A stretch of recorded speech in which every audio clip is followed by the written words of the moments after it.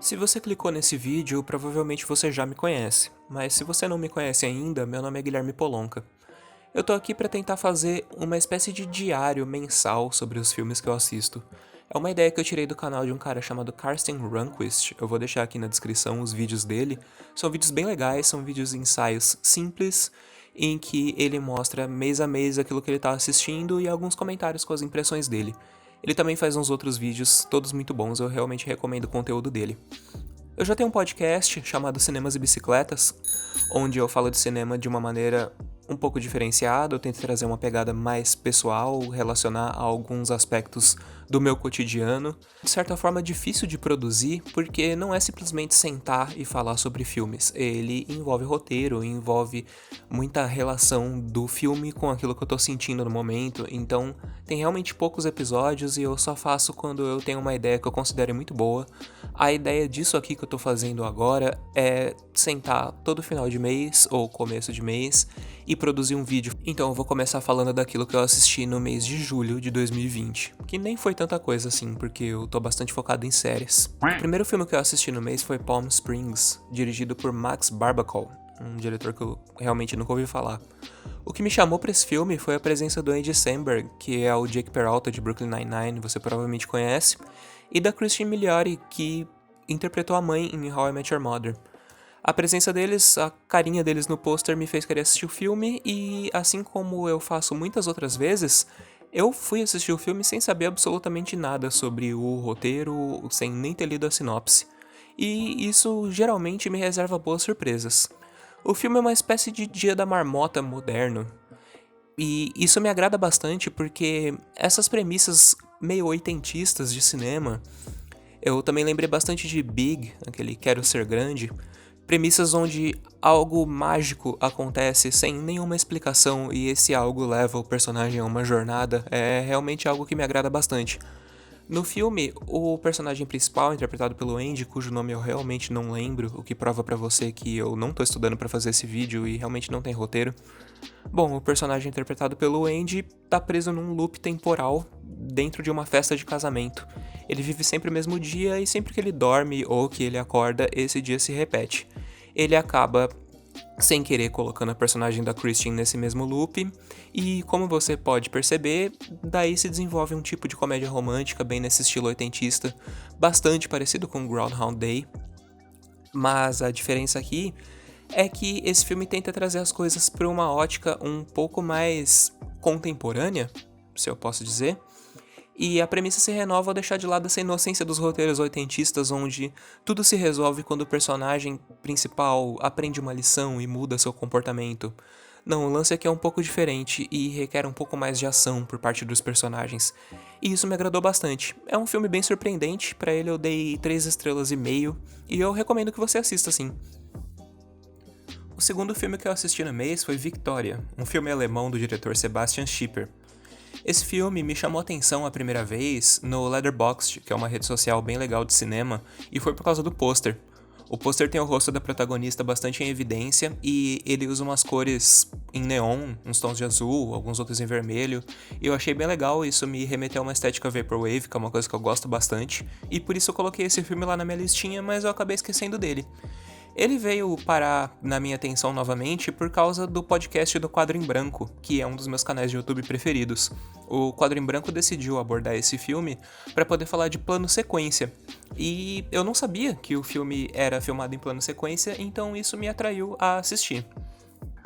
De fato, Victoria é um filme que te passa a impressão de ter sido gravado em um único take. Eu não tenho informações técnicas a respeito, eu não sei se de fato é um único take, eu acho difícil que tenha sido isso, mas ele faz um excelente trabalho em juntar as coisas de modo que você não perceba, e a câmera liga, o filme se passa e a câmera desliga, tudo numa tacada só. Isso te dá a impressão de ser um dos personagens também do filme, parece que você é uma das testemunhas do que está acontecendo.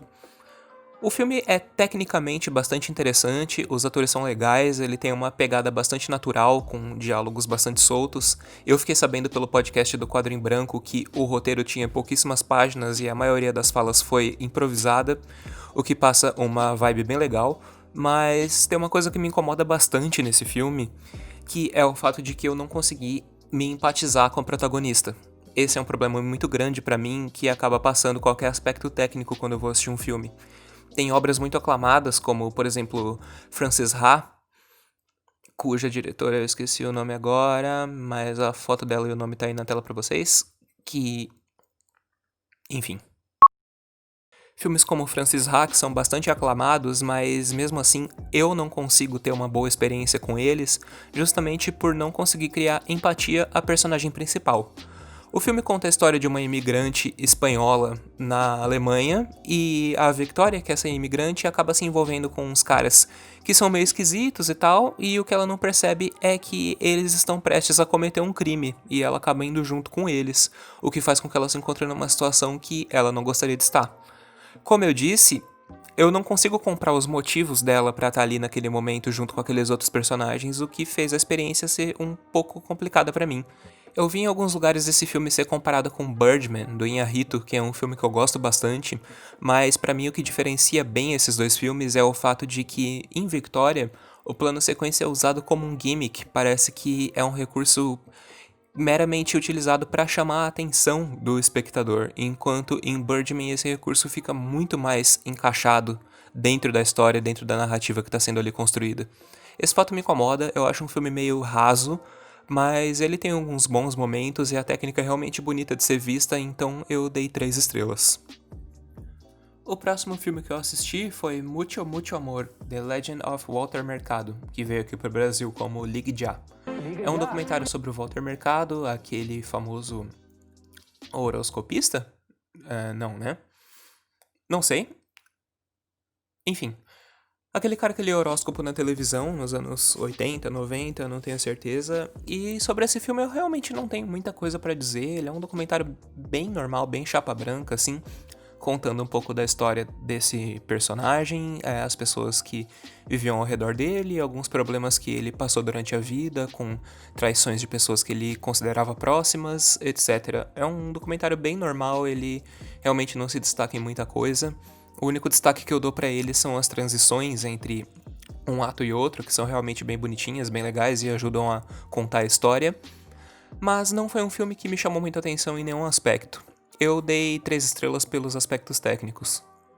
Em sequência, foi a vez de assistir Bill and Ted's Bogus Journey, a segunda aventura dos personagens Bill and Ted. Eu já tinha assistido o primeiro filme, que é o Bill and Ted's Excellent Adventure, que é um filme que eu gosto muito mais. É um filme muito mais descompromissado, muito mais divertido, mas esse segundo também é bem legal. Bill and Ted conta a história de dois amigos colegiais cujo sonho é de montar uma banda, mas eles não têm realmente nenhum talento pra música, nem pra composição, nem pra qualquer coisa perto disso. Mas eles acabam se envolvendo em algumas aventuras bem absurdas que envolvem viagem no tempo e universos paralelos e etc. É um filme também bastante noventista, que tem uma pegada bem legal, e o mais interessante desse filme é ver o Keanu Reeves bem jovem. O primeiro é de 89, esse segundo é de 91, e é muito interessante porque nesse filme você consegue ver bastante a versatilidade ali do ator. Ele raramente volta a interpretar um personagem tão descompromissado na carreira dele, mas é interessante já ver como ele se mostrava um ator com bastante potencial ali e com bastante um alcance dramático bastante amplo. Um aspecto legal desse filme é que, bom, e aqui eu vou entrar em spoilers, mas é um filme de 1991, né? No finalzinho do filme é mostrado o Keanu Reeves velho, na verdade é uma maquiagem feita no ator ainda jovem, e é muito interessante como essa maquiagem feita nele jovem é exatamente o Keanu Reeves em 2020, mesmo porque ele não envelhece quase nada, né? Eu gosto bastante também do logotipo desse filme, ele tem uma estética meio noventista, meio cyber retrô ali, me lembra bastante uns vídeos de shoppings mortos que eu gosto bastante de assistir, então é sempre muito divertido. Vale lembrar que no ano que vem será lançado Bill and Ted Face the Music, que é o terceiro filme dessa aventura e que vai contar com os atores já bem mais velhos interpretando os personagens depois de todo esse salto temporal desde 1991. Eu tô bem ansioso pra assistir. E aí, como eu já tinha assistido um filme com o Keanu Reeves, eu decidi assistir mais um. O filme é My Own Private Idaho, de Gus Van Sant, onde ele contracena com River Phoenix, que é irmão do Joaquin Phoenix, esse ator que a gente conhece pelo papel mais recente do Coringa, por Her e por muitos outros filmes. O River é um ator que morreu aos 23 anos, 2 anos depois de ter gravado esse filme, e ele deixou uma lacuna bastante grande porque as expectativas para ele no mundo do cinema sempre foram muito grandes. O próprio Joaquin fala dele sempre que pode. É muito interessante também observar a atuação do River Phoenix. Fazia muito tempo que eu não assistia nada com ele. O último filme que eu vi com ele tinha sido Stand By Me, se eu não me engano, e ele ainda era bem criança, então eu praticamente não lembro da atuação. É um ator realmente muito bom, ele tem um potencial pro drama muito bom, e por falar em potencial pro drama, é muito interessante observar o Keanu Reeves nesse filme, que foi gravado no mesmo ano de Bill and Ted, que era uma comédia. Esse filme, por sua vez, é um drama bastante shakespeariano, bastante pesado, e o Keanu Reeves flutua da comédia pro drama com uma facilidade incrível, sem ficar forçado em nenhum momento. É um ator que desde cedo sempre mostrou muito potencial, então é interessante observar como já numa tenra idade ele tinha um domínio bastante grande da técnica dele. Esse filme, que em português traz o título Garotos de Programa, conta a história de dois jovens que se prostituem para sobreviver. Na verdade, um deles tem bastante dinheiro, que é o personagem do Keanu Reeves, mas ele decide levar um estilo de vida alternativo e independente da própria família. E eles, por serem bastante amigos, acabam se envolvendo muito na vida e nos dramas pessoais um do outro. É um filme realmente muito bom, muito tocante, e pra ele eu dei 4,5. Esse foi o primeiro dessa série de vídeos que eu pretendo fazer mensalmente. Eu não sei como vai ser produzir, se vai tomar muito do meu tempo, mas eu espero que eu consiga levar esse projeto adiante. Se você quiser ver as outras coisas que eu faço, eu tô no Medium como Gui Polonca, eu tenho meu podcast, os Cinemas e Bicicletas, e você pode me seguir no Instagram também se quiser, é Gui Polonca. Todos os links estão aí na descrição, e até o próximo mês, provavelmente.